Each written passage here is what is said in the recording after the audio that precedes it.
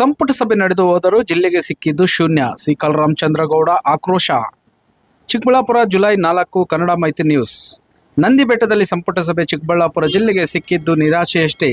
ಜನರು ನಿರೀಕ್ಷಿಸಿದ್ದ ಯೋಜನೆಗಳು ಮಾತ್ರ ಭೂಪಟದಲ್ಲಿ ಉಳಿದಿವೆ ಎಂದು ಜಿಲ್ಲಾ ಬಿಜೆಪಿ ಅಧ್ಯಕ್ಷ ಸಿ ಕಲ್ರಾಮಚಂದ್ರಗೌಡ ಅವರು ಗುಡುಗಿದರು. ಚಿಕ್ಕಬಳ್ಳಾಪುರದಲ್ಲಿ ನಡೆದ ಪತ್ರಿಕಾಗೋಷ್ಠಿಯಲ್ಲಿ ಅವರು ತೀವ್ರ ಅಸಮಾಧಾನ ವ್ಯಕ್ತಪಡಿಸಿ 2007ರಿಂದ ರೈತರು ಕಾದಿರುವ ಎತ್ತಿನಹೊಳೆ ಯೋಜನೆಗೆ ಸ್ಪಷ್ಟ ಧೋರಣೆ ಇಲ್ಲ, ಕೇವಲ ಕುಡಿಯುವ ನೀರಿಗಾಗಿಯೇ ಬಳಕೆ ಎಂಬ ಮಿತಿಯ ಮಾತುಗಳು ಮಾತ್ರ ಕೇಳಿಬರುತ್ತಿವೆ. ಕೃಷಿಗಾಗಿ ನೀರು ಬಿಡುವ ವಿಷಯಕ್ಕೆ ಸ್ಪಷ್ಟತೆ ಇಲ್ಲದಿರುವುದು ರೈತರ ಅಭದ್ರತೆಯನ್ನು ಹೆಚ್ಚಿಸುತ್ತಿದೆ ಎಂದು ಕಿವಿ ಮಾತು ಹೇಳಿದರು.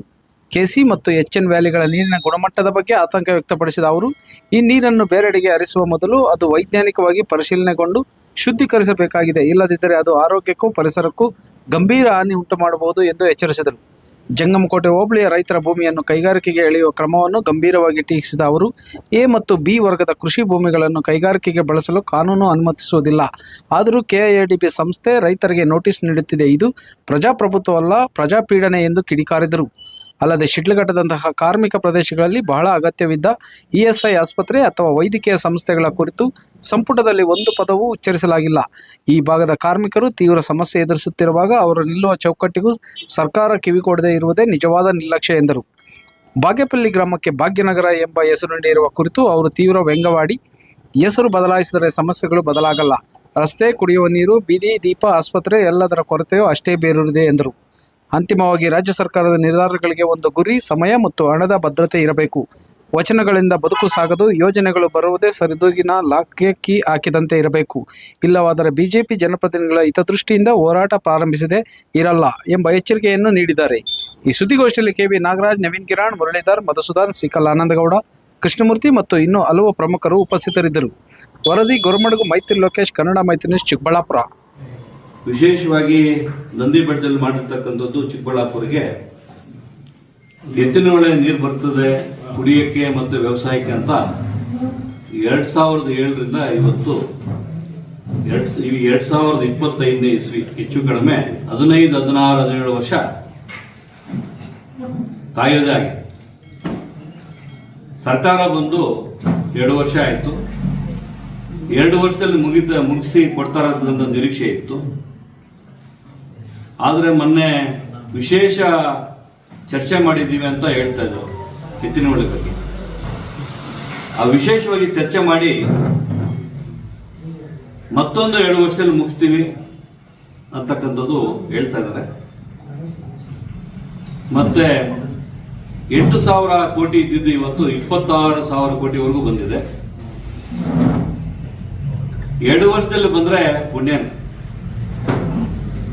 ಅದು ವ್ಯವಸಾಯಕ್ಕಿಲ್ಲ ಅಂತ ಹೇಳ್ತಾ ಇದ್ದಾರೆ. ಬರೀ ಕುಡಿಯೋ ನೀರಿಗೆ ಆದ್ಯತೆ ಕೊಡ್ತಾ ಇದ್ವಿ. 14 TMC ನೀರನ್ನ ಕುಡಿಯೋದಕ್ಕೆ ಮಾತ್ರ ಕೊಡ್ತಕ್ಕಂಥದ್ದನ್ನ ಹೇಳ್ತಾ ಇರ್ತಕ್ಕಂಥದ್ದು ನಡೆದಿದೆ.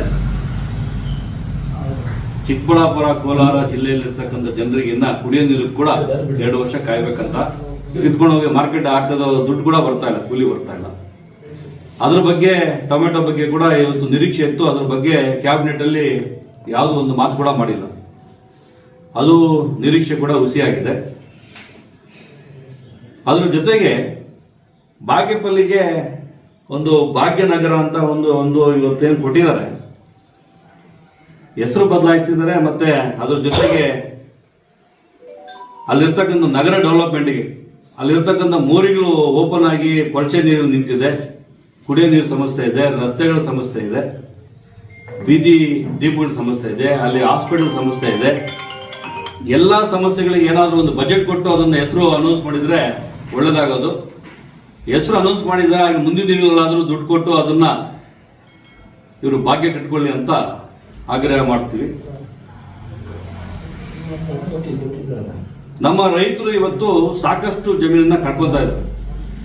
ಈ KDB ಲ್ಯಾಂಡ್ ಅಕ್ವಿಜಿಷನ್ ಆಕ್ಟ್ ಅಲ್ಲಿ ಮೊದಲೇ ಹೇಳಿತ್ತು, ಒಂದು A-B ಗ್ರೇಡ್ ಲ್ಯಾಂಡ್ ನ ತಗೋಬಾರದು, ವ್ಯವಸಾಯಕ್ಕೆ ಯೋಗ್ಯ ಇಲ್ಲದೆ ಇರ್ತಕ್ಕಂಥ ಲ್ಯಾಂಡ್ನ ಅಕ್ವಿಜೇಷನ್ ಮಾಡಿ ಕೈಗಾರಿಕೆ ಬರಬೇಕಂತಕ್ಕಂಥದ್ದು ಸಾಕಷ್ಟು ನಿಯಮ ಮಾಡಿದ್ದಾರೆ.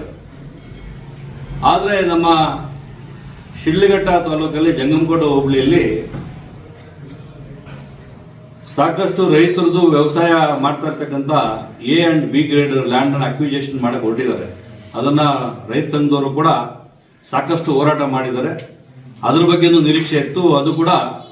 ಅದು ಡಿಸಿಷನ್ ಕೈಗೆ ಏನು ತಗೊಂಡಿಲ್ಲ. ಈ ಕೈಗಾರಿಕೆಗಳಿಗೆ ಏನು ಜಮೀನು ತಗೊಂತಾ ಇದ್ದಾರೆ, ಉದಾಹರಣೆಗೆ ಏರ್ಪೋರ್ಟ್ ಆದ್ಮೇಲೆ ಏರ್ಪೋರ್ಟ್ ಅಕ್ವಿಜೇಷನ್ ಮಾಡಿದ್ರು, ಏರ್ಪೋರ್ಟ್ ಆಗಿದೆ, ಒಳ್ಳೇದಾಗಿದೆ. ಅದ್ರ ಜೊತೆಗೆ ಏರೋಸ್ಪೇಸ್ ಮಾಡಿದ್ರು, ಹಾರ್ಡ್ವೇರ್ ಪಾರ್ಕ್ ಮಾಡಿದ್ರು, ತಿರುಗಿ ವಾಪಸ್ಸು ವಿಜಯಪುರದಲ್ಲಿ ಮಾಡಿದ್ದಾರೆ.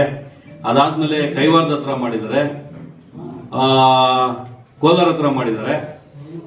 ಸಾಕಷ್ಟು ಲ್ಯಾಂಡ್ ರೈತರು ತಗೊಂಡಿರ್ತಕ್ಕಂಥದ್ದು, ಲಕ್ಷಗಳಲ್ಲಿ ಕೊಟ್ಟಿರ್ತಕ್ಕಂಥದ್ದು ರೈತರಿಗೆ.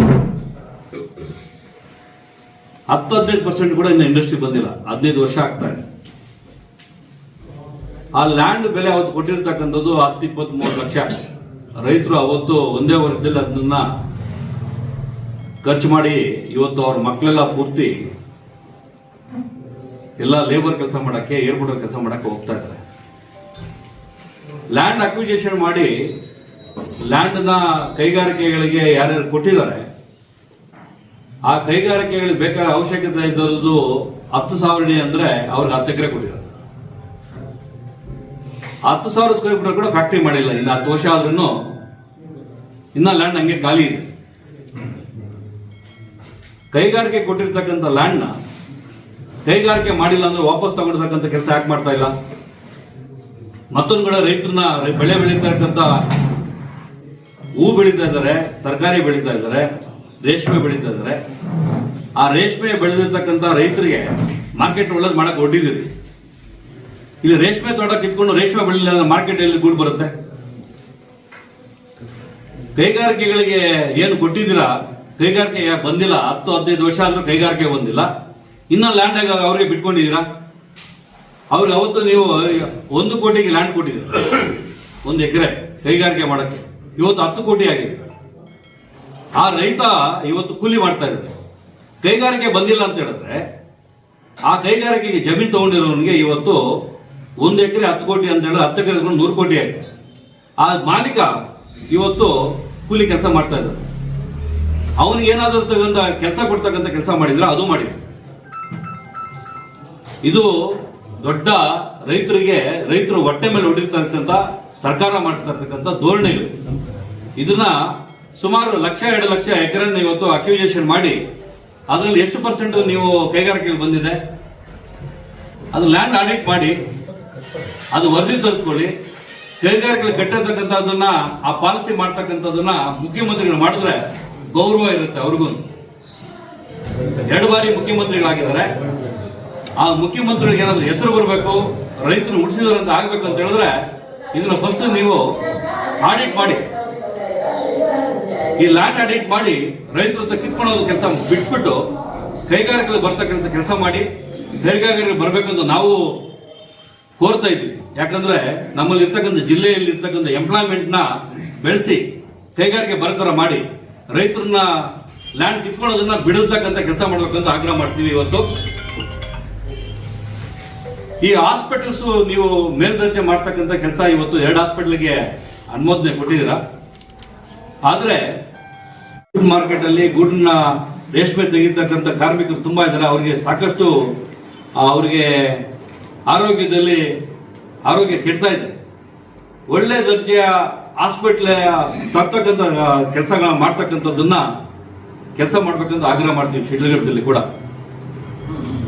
ಚಿಕ್ಕಬಳ್ಳಾಪುರದಲ್ಲಿ ಇವತ್ತು ಮೆಡಿಕಲ್ ಕಾಲೇಜ್ನ ಏನು ಇವತ್ತು ದೊಡ್ಡ ಮಟ್ಟಕ್ಕೆ ಬಂದಿದೆ. ಈಗ ಸ್ಟೂಡೆಂಟ್ಸ್ ಸ್ಟಡಿ ಮಾಡ್ತಾ ಇದ್ದಾರೆ. ಆದ್ರೆ ಅವರು ಕಾಲೇಜ್ ಹತ್ರ ಹಾಸ್ಪಿಟಲ್ ಇಲ್ಲ. ಇವತ್ತು ಜಿಲ್ಲಾ ಕೇಂದ್ರಕ್ಕೆ, ಜಿಲ್ಲಾ ಹಾಸ್ಪಿಟಲ್ ಬಂದು ಇವತ್ತು ಅವ್ರು ಕಲಿತಕ್ಕಂಥ ಕೆಲಸ ಮಾಡ್ತಾ ಇದ್ದಾರೆ. ಇಮಿಡಿಯೇಟ್ ಆಗಿ ಆಸ್ಪತ್ರೆನ ಅಲ್ಲಿ ಕಾಲೇಜಲ್ಲಿ ಮಾಡಿದ್ರೆ ಅನುಕೂಲ ಆಗುತ್ತೆ. ನಂದಿ ಬೆಟ್ಟದಲ್ಲಿ ಇವತ್ತೇನು ನೀವು ಮಾಡಿದಿರಾ, ನಂದಿ ಬೆಟ್ಟದಲ್ಲಿ ರೋಪ್ವೇ ಮಾಡ್ಬೇಕಂತ ಇತ್ತು, ಅದ್ರ ಬಗ್ಗೆ ಚರ್ಚೆ ಇಲ್ಲ. ಈ ಒಂದು ನಂದಿ ಬೆಟ್ಟ ಇವತ್ತು ನಮ್ಮ ದೇಶದಲ್ಲಿ ಪ್ರಸಿದ್ಧಿ ಆಗಿರ್ತಕ್ಕಂಥ ಕೇಂದ್ರ. ಅಲ್ಲಿರ್ತಕ್ಕಂಥ ಸಾಕಷ್ಟು ಡೆವಲಪ್ಮೆಂಟ್ ಮಾಡಬಹುದಾಯಿತು. ಅದ್ರ ಬಗ್ಗೆನೂ ಏನು ಚಕಾರ ಇರ್ತಿಲ್ಲ. ರೋಪ್ವೇ ಬಗ್ಗೆನೂ ಈ ಒಂದು ಸಭೆಯಲ್ಲಿ ತೀರ್ಮಾನ ಏನೂ ಆಗಿಲ್ಲ. ಅದು ನಿರೀಕ್ಷೆ ಇತ್ತು, ಅದು ನಿರೀಕ್ಷೆ ಹುಸಿ ಆಗಿದೆ. ಈಗ ಸಾಕಷ್ಟು ಹಾರ್ಟ್ ಅಟ್ಯಾಕ್ ಏನು ಬರ್ತಾ ಇದೆ, ರಿಪೋರ್ಟ್ ಆಗ್ತಾ ಇದೆ, ಅದೆಲ್ಲ ಆಗ್ತಾ ಇರ್ತಕ್ಕಂಥದ್ದು ನಮ್ಮ ಆರೋಗ್ಯದ ಮೇಲೆ ಪ್ರಭಾವ ಬೀರ್ತಾ ಇರ್ತಕ್ಕಂಥದ್ದು ಈ ಅಡಲ್ಟ್ರೇಷನ್ನಿಂದ, ಫುಡ್ ಅಡಲ್ಟ್ರೇಷನ್ನಿಂದ ಆಗ್ತಾ ಇದೆ. ಅದಕ್ಕೆ ಗೈಡ್ಲೈನ್ಸ್ ಯಾವುದೂ ಇಲ್ಲ. ಈಗ ಸಾಕಷ್ಟು ರಸ್ತೆ ಬದಿಯಲ್ಲಿ ಒಂದು ಏನು ತಿಂಡಿ ಮಾಡ್ತಾರೆ, ಗೈಡ್ಲೈನ್ಸ್ ಇಲ್ಲ ಅದಕ್ಕೆ. ಅವ್ರು ಯೂಸ್ ಮಾಡ್ತಕ್ಕಂಥ ಆಯಿಲ್ ಏನು ಯೂಸ್ ಮಾಡ್ತಾರೆ, ಅದು ಎಷ್ಟು ಸಾರಿ ಅದನ್ನ ರೋಸ್ಟ್ ಮಾಡ್ತಾರೆ, ಅದನ್ನೇ ಯೂಸ್ ಮಾಡ್ತಕ್ಕಂಥದ್ದನ್ನ ಎಲ್ಲಿ ಗೈಡ್ಲೈನ್ಸ್ ತಂದಿದ್ದೀರಾ, ಏನು ನಿಯಮ ಮಾಡಿದ್ದೀರಾ? ಅವ್ರು ಮಾಡಿದ್ದೇ ನಿಯಮ ಆಗಿದೆ. ಅದು ಬಂದು ದುಡ್ಡು ಕೊಟ್ಟು ರುಚಿ ಇದ್ದಂತೆ ತಿನ್ಬಿಡ್ತಾರೆ. ಆರೋಗ್ಯ ಕೆಡ್ತಾ ಇದೆ. ಮುಂಬರುವ ದಿನಗಳಲ್ಲಿ ಸಾಕಷ್ಟು ಆರೋಗ್ಯ ತೊಂದರೆ ಆಗುತ್ತೆ. ಇದಕ್ಕೆ ಗೈಡ್ಲೈನ್ಸ್ ತರಬೇಕು. ಗೈಡ್ಲೈನ್ಸ್ ತಂದಿಲ್ಲ ಅಂತ ತಿಂತಕ್ಕಂಥವ್ರನ್ನ ಪಾಪ ಆರೋಗ್ಯ ಕೆಡ್ತದೆ ಮುಂದಿನ ದಿನಗಳಲ್ಲಿ. ಈಗಲೇ ಕೆಟ್ಟಿದೆ. ಹಾರ್ಟ್ ಅಟ್ಯಾಕ್ ಬರ್ತಾ ಇರ್ತಕ್ಕಂಥದ್ದು ಅಡಲ್ಟ್ರೇಷನ್ ತಾನೇ ಹಾರ್ಟ್ ಅಟ್ಯಾಕ್ ಬರ್ತಾ ಇರ್ತಕ್ಕಂಥದ್ದು. ಅದಕ್ಕೆ ಇಮಿಡಿಯೇಟ್ ಆಗಿ ಗೈಡ್ಲೈನ್ಸ್ ತರಬೇಕು. ಈ ಆರೋಗ್ಯದ ವಿಷಯದಲ್ಲಿ ನೆಗ್ಲೆಕ್ಟ್ ಮಾಡಬಾರ್ದು ಅಂತ ಒಂದು ಎಲ್ಲರದು ಒಂದು ಮನೋಭಾವನೆ ಇತ್ತು. ಅದು ಏನು ಮಾಡಿಲ್ಲ, ಅದು ಹುಸಿಯಾಗಿದೆ. ಆಸೆ ಇತ್ತು ಬಿಜೆಪಿ ಸರ್ಕಾರದಲ್ಲಿ ಇರ್ತಕ್ಕಂಥ ಸಾಕಷ್ಟು ಏನು ಹೈಟೆಕ್ ಮಾರ್ಕೆಟ್ ಮಾಡ್ಬೇಕಂತಕ್ಕಂಥದ್ದು, ಆಸ್ಪತ್ರೆದು ಬಿಜೆಪಿ ಅವಧಿಯಲ್ಲಿ ಮಾಡಿರ್ತಕ್ಕಂಥದ್ದು ಕೂಡ ಅನುಮೋದನೆ ಮಾಡಿದ್ರ. ಡೆಡ್ಲೈನ್ ಇಲ್ಲ. ಡೆಡ್ಲೈನ್ ಮಾಡಿ ಕೆಲಸ ಮಾಡ್ಬೇಕಂತ ಏನು ಆಸೆ ಇತ್ತು, ಹುಸಿಯಾಗಿದೆ. ನಾವೆಲ್ಲ ಆಗ್ರಹ ಮಾಡ್ತಾ ಇದ್ದೀವಿ. ಅದಕ್ಕೆಲ್ಲ ಡೆಡ್ಲೈನ್ ಮಾಡಿ ಹಾಕಿ ಕೆಲಸ ಮುಗಿಸ್ಬೇಕಂತ ತಮ್ಮೆಲ್ಲ ಮುಖಾಂತರ ವಿನಂತಿ ಮಾಡ್ಕೊಂತೀವಿ, ಆಗ್ರಹ ಮಾಡ್ಕೊಂತೀವಿ. ಒಂದು ಪ್ರಶ್ನೆ ಇದೆ. ಪತ್ರಿಕಾಗೋಷ್ಠಿನ ರಾಜ್ಯ ಸಚಿವ ಸಂಪುಟ ಸಭೆ ನಂದಿ ಬೆಟ್ಟದಲ್ಲಿ ಆರಂಭ ಆಗೋದಕ್ಕಿಂತ ಮುಂಚೆ ಮಾಡಿ ಇದೇ ಪಾಯಿಂಟ್ಗಳನ್ನು ನೀವು ಅವಾಗ ಪತ್ರಿಕಾಗೋಷ್ಠಿಯಲ್ಲಿ ಹೇಳಿದಿದ್ರೆ ಸರ್ಕಾರದ ಗಮನ ಸೆಳೆಯಕ್ಕೆ ಅನುಕೂಲ ಆಗ್ತಾ ಇತ್ತಲ್ವಾ? ನೀವು ಲೇಟ್ ಆಗಿ ಮಾಡಿದೀರಾ ಅಲ್ವಾ? ಪತ್ರಿಕಾಗೋಷ್ಠಿ ಆದ್ಮೇಲೆ ಡಿಮ್ಯಾಂಡ್ ಇಟ್ಟಿದ್ದೀರಾ, ಮುಂಚೆ ಮಾಡಬೇಕಾಗಿತ್ತು. ಯಾವತ್ತು ಸಂಪುಟ ಏನು ತೀರ್ಮಾನ ಆಗಿತ್ತು ಮಾಡಬೇಕು ಅಂತ ತೀರ್ಮಾನ ಆಗಿತ್ತು, ಕ್ಯಾನ್ಸಲ್ ಆಯ್ತು.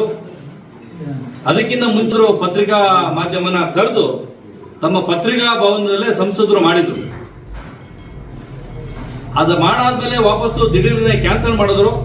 ಕ್ಯಾನ್ಸಲ್ ಮಾಡಾದ್ಮೇಲೆ ಮತ್ತೆ ವಾಪಸ್ಸು ದಿನಾಂಕ ನಿಗದಿ ಮಾಡಿದ್ರು. ನಿಗದಿ ಮಾಡಿ ಇವತ್ತೇನು ಮಾಡಾದ್ಮೇಲೆ ನಾವು ಮಾಡ್ತಾ ಇದ್ವಿ. ಅವರು ಇದು ಮಾಡೋಕ್ಕಿಂತ ಮುಂಚೆನೆ ಸಂಸದರು ತುಂಬಾ ದೀರ್ಘಕಾಲವಾಗಿ ಪತ್ರಿಕಾ ಗೋಷ್ಠಿ ಒಂದೊಂದು ಪತ್ರಿಕಾ ಇರ್ತಕ್ಕಂಥ ಇಲ್ಲಿ ಭವನದಲ್ಲೇ ಮಾಡಿದ್ರು.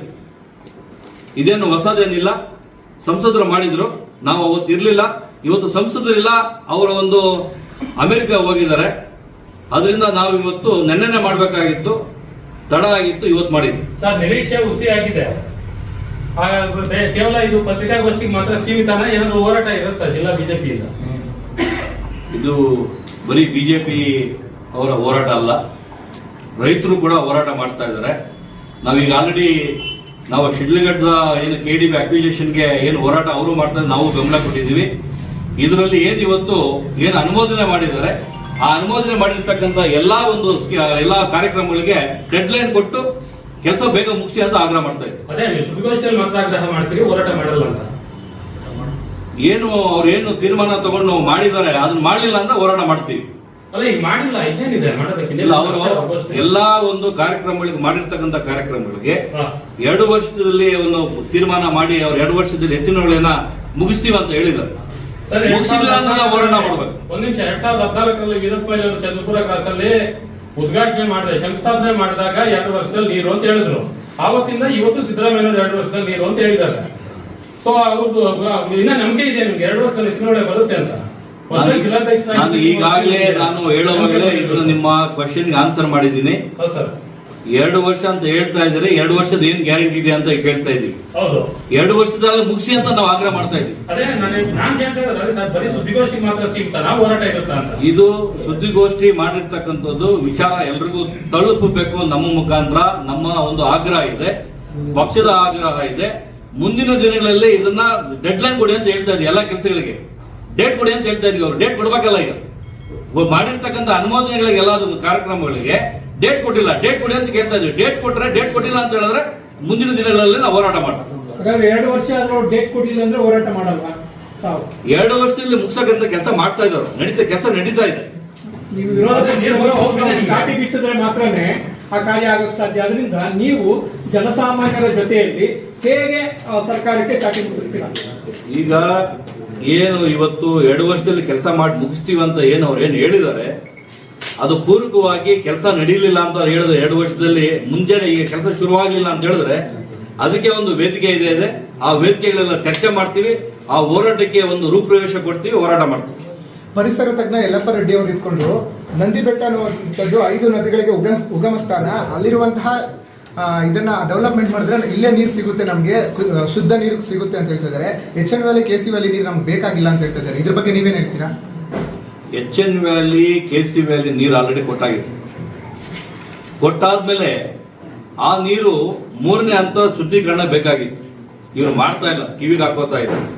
ಆದ್ರೆ ಈ ಕೆರೆಗಳು ತುಂಬಿರ್ತಕ್ಕಂಥ ನೀರನ್ನ ಡೈರೆಕ್ಟ್ ಆಗಿ ಯೂಸ್ ಮಾಡ್ತೀರಾ. ನ್ಯಾಚುರಲ್ ಆಗಿ ವಾಟರ್ ಪರ್ಟಿಕ್ಯುಲೇಟ್ ಆಗಿ ಬೋರ್ವೆಲ್ಗೆ ವಾಟರ್ ಟೇಬಲ್ ಇನ್ಕ್ರೀಸ್ ಆಗಿ ಯೂಸ್ ಮಾಡಿದ್ರೆ ಏನು ತೊಂದರೆ ಆಗಲ್ಲ.